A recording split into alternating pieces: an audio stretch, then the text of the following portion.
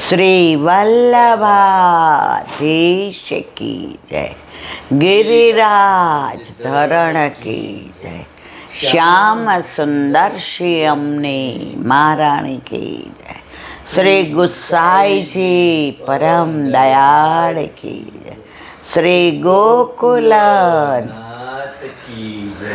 દાવ દયાળ કી જય, श्री नवनीत प्रिया लाल की जय।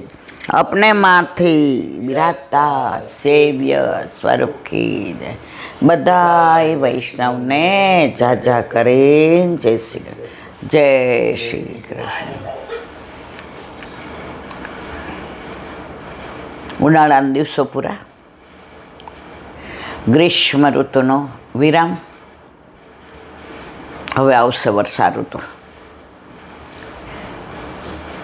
છેલ્લા 2-4 દિવસથી આમે ઝરમર વરસાદ પડે છે, વાતાવરણમાં ઠંડક વ્યાપી ગઈ છે અને તમને ને મને બધાને મનમાં એક આહલાદ છે. તો આ ઋતુ પ્રભુને બહુ ગમે છે, કારણ હવે ગરમી પૂરી. એમને ભીંજાવું આવું કીર્તન આવે છે, ભીંજતા આવત ગે મેરી નઈ ચુનરિયા ભીંજ ગઈ. સામનેજી ઠાકોરજીને કહે છે, વન મેં ચલે દો સાથ. હવે બધા કીર્તન મલ્હારના આવશે અને એટલા સુંદર ભાવ છે કીર્તનના. તો હવે અષાઢી બીજ બધાની આવતીકાલે, અરે શુક્રવાર, પણ આપણી શનિવારે. કારણ આપણને ગુસાઈજીએ નક્ષત્ર પ્રમાણે બધા ઉત્સવ આપ્યા છે. જ્યેષ્ઠા નક્ષત્ર હોય તો જ્યેષ્ઠાભિષેક આવે, શ્રવણ નક્ષત્ર હોય તો એ પ્રમાણે રાખડી પૂનમ આવે. એટલે આપણા બધા તહેવારો અને આપણા બધા જ ઉત્સવ નક્ષત્ર પ્રમાણે છે. એટલે આપણે રથયાત્રા 28મી એટલે કે શનિવારે. હવે ગઈકાલે વનમાલાનો મનોરથ હતો. જેઠ વદ 14 ગોવર્ધન માલા અને અષાઢ સુદ 14ના રોજ વનમાલા. કંઠથી નીચે નાભી સુધી આવે એ વૈજયંતી માલા, ગોઠણ સુધી આવે એ ગોવર્ધન માલા અને ચરણથી નીચે છેક જમીન સુધી જાય એ વનમાલા. તો પ્રભુને ગઈકાલે ગોવર્ધન માલાનો મનોરથ હતો. એમાં બધા પુષ્પો ને તુલસીજીને, કારણ કે હવે વનરાય ખીલવાની, હવે વૃક્ષો ને વેલીઓ લીલાછમ. હવે તમે પાણી પાવ કે ના પાવ, ઠાકોરજીની વ્યવસ્થા કરી જ દેવાના છે. આજે વનમાં અને જંગલમાં કોણ પાણી પાવા જાય છે? પ્રભુ એની વ્યવસ્થા કરે છે. આજે આપણે રસ્તા જતા હોય ને ઘણા આંબા ઉગ્યા હોય તો આપણે કઈ જોતો, તો ઠાકોરજી ઋતુ પ્રમાણે બધું આપી અને એની વ્યવસ્થા કરે છે.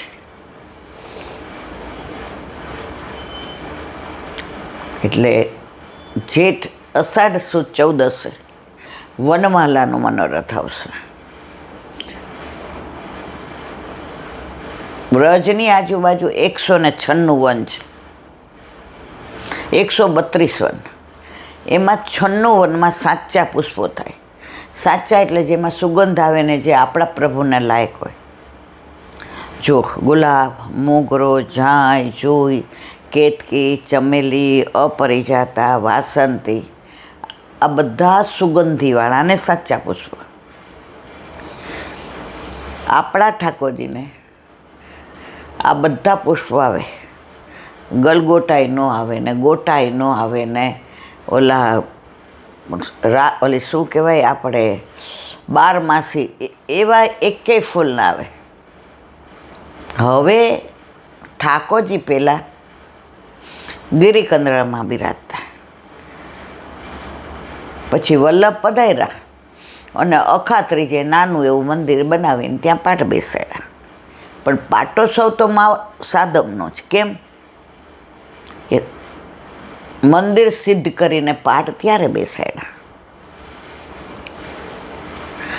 આજે તિલકાયત ગિરધરજીનો પ્રાગટ્યોત્સવ છે. એમણે ઠાકોરજીને ખૂબ લાડ લડાવ્યા. એમણે ત્યાં તળાવ કયો કે બગીચા કયો એ બધું એમણે ત્યાં બનાવડાવ્યું. અને ઘસિયાળમાં પધરાવ્યા, કારણ કે અહીંયા તકલીફ થઈ એટલે. અને ઘસિયાળમાં જે લીલા વિસ્તારી. પછી એમના લાલન માવત સાતમના પાછા નાથદ્વારામાં પધરાવ્યા. ઠાકોરજી જ્યારે જ્યારે પાઠ બેઠા છે ત્યારે માવત સાતમે જ બેઠા છે. કારણ જતીપુરાથી ને મથુરામાં સતગરામાં ઠાકોરજી ગિરધરજીને ત્યાં માવત સાતમે આવ્યા હતા. એટલે શ્રીજી બાવાનો પાટોત્સવ માવત સાતમ. તો વાત કરતા હતા આપણે 132 વન આજુબાજુ. એમાં 96 વનમાં સાચા પુષ્પો જે આપણા ઠાકોરજી ના આવે.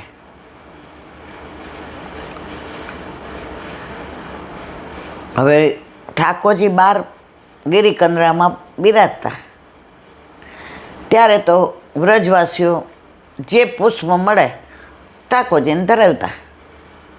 એટલે પુષ્પો રાજી થતા હતા કે આપણે સુગંધ નથી, આપણામાં કાંઈ નથી, છતાં આપણો વિનિયોગ કેવો ઠાકોરજીમાં થાય છે. હવે વલ્લભે મંદિરમાં પધરાવ્યા પછી તો બધી વલ્લભની મેળ. કીર્તને અષ્ટસખા ગાય, સેવાય વલ્લભે જે મેળ બતાવી એ પ્રમાણે થાય. માળાજી પણ સાચા પુષ્પની થાય. એટલે પછી આ જે બધા પુષ્પો હતા, ગલગોટા અને ગોટા અને આ બધા જુદી જુદી જાતના પાંદડા અને એ બધાને વ્યથા થાય કે હવે પ્રભુ તો મંદિરમાં બિરાજી ગયા, હવે ન આપણી યારે ખેલવા આવે, કે ન આપણને એમના દર્શન થાય, કે ન આપણો અંગીકાર થાય. આ વ્યથા ઠાકોરજી જાણી ગયા. એટલે વરસમાં એકવાર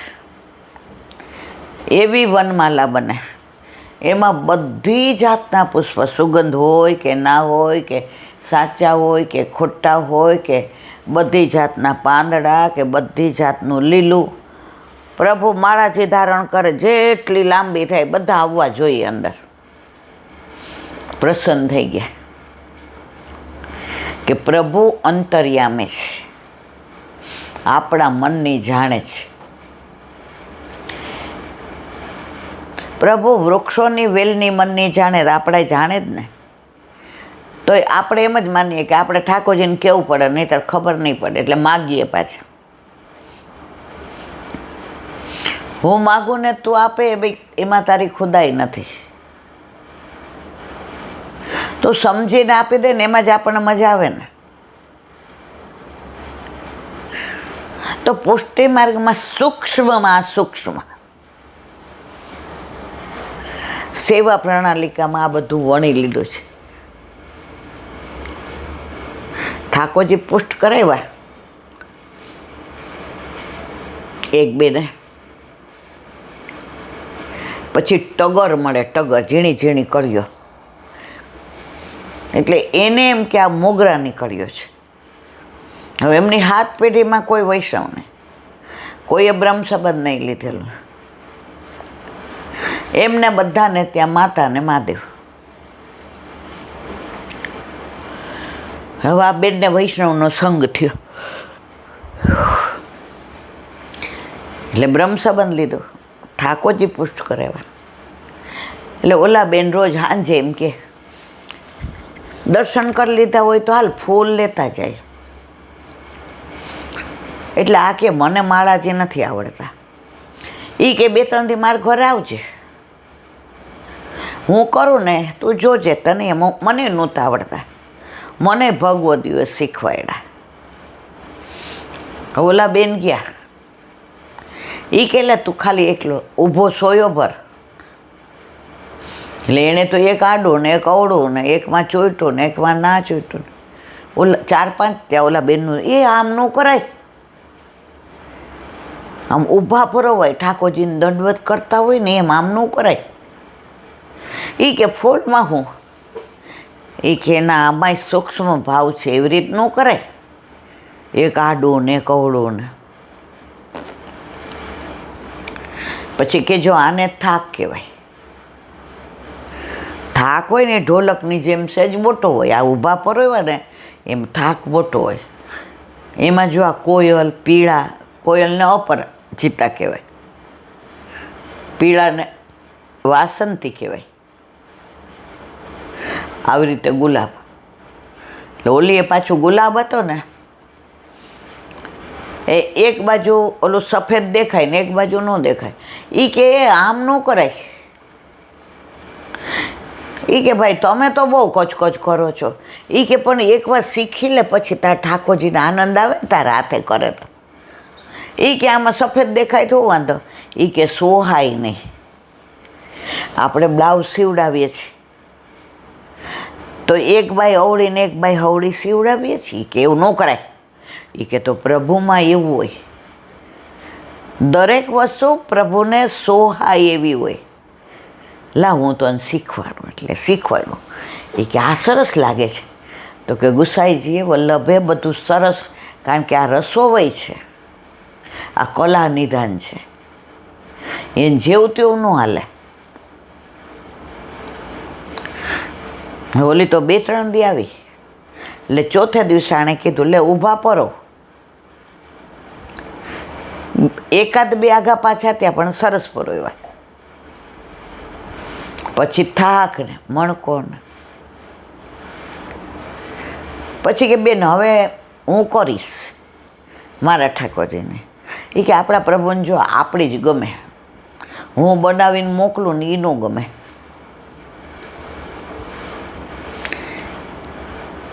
એટલે 2-3 દી એની યાર ફૂલ લેવા ગયા. પછી એના વર જ્યાં નોકરી કરતા હતા ને ત્યાં ફૂલ બજાર હતો. એના વરને કે તમે ફૂલ લેતા આવજો ને.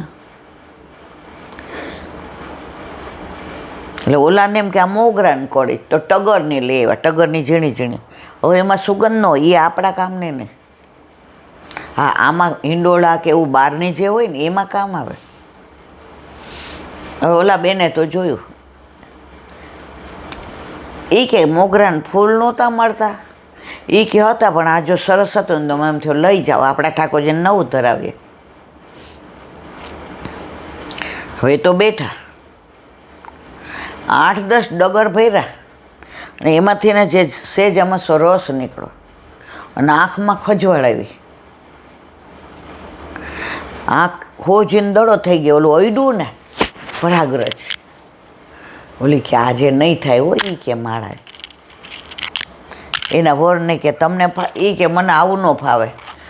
માં તો બટન શર્ટનો તૂટી ગયો હોય તોય તું ટાંકી દેશ, તો આવું બધું મને ન ફાવે. ઓલા બેનને ફોન કર્યો. એ કે હું અત્યારે આંખના ડૉક્ટર પાસે જાઉં છું, આ ફૂલ દેતી જાઓ, તમે મારી અધૂરી માળા સેજ પૂરી કરો. એ કે હા દઈ જાય, ફૂલની શું જરૂર છે. એ કે ના તમે કહેતા હતા ને કે નિશાસો નાખે, વ્રજ ભક્તોનું સ્વરૂપ છે, તો મેં બહાર કાઢ્યા તો મારા ફૂલે નિશાસો નાખે ને, કારણ કે એ તો રાજી હતા કે આમાં પ્રભુના શ્રી કંઠમાં ધરાવા જશું. ઓલી કે સારું લઈ આવો. એટલે ઓલીને કે આમાં પધરાવી દે. અવડું નાનું બાઉલ હતું કાણાવાળું. થેલી તું તાર લઈ જા. પહેલાં છે ને કપડાની થેલી જ હતી. પહેલાં આવી પ્લાસ્ટિક અમે તો નહોતું જોયું, પ્લાસ્ટિકના ગ્લાસે નહોતા જોયા, ચમચી નહોતી જોઈ. ડુંગરાજી મારા શાસ્ત્રી મેદાનમાં બેઠા હતા ને કથામાં, એટલે વેકેશનમાં બેસે, એટલે મારી બાને તો ટાઈમ મળે ને, તો એ જમાનામાં ઓલા માથે મટકી મૂકી દે અને એવું ઠંડુ પાણી હોય આજુબાજુ ભીનું, પેલા ફ્રીજને એવું નહોતું, એટલે લોકો માંદાય નહોતા પડે. એટલે ગામડેથી ને બધાયથી આવતા હોય ને, પહેલાં અમે કથા 8 થી 12 અને 3 થી 6 ની સાંભળી છે. અમે આવી એક ટાઈમની જોઈ જ નહોતી. પછી એક ટાઈમની થઈ ત્યારે અમને એમ થયું આવું કા, હવે એક ટાઈમની થઈ જાય એટલે હાવ બધું ટૂંકાણમાં. હવે અમને કાંઈ કથામાં રસ ન હોય,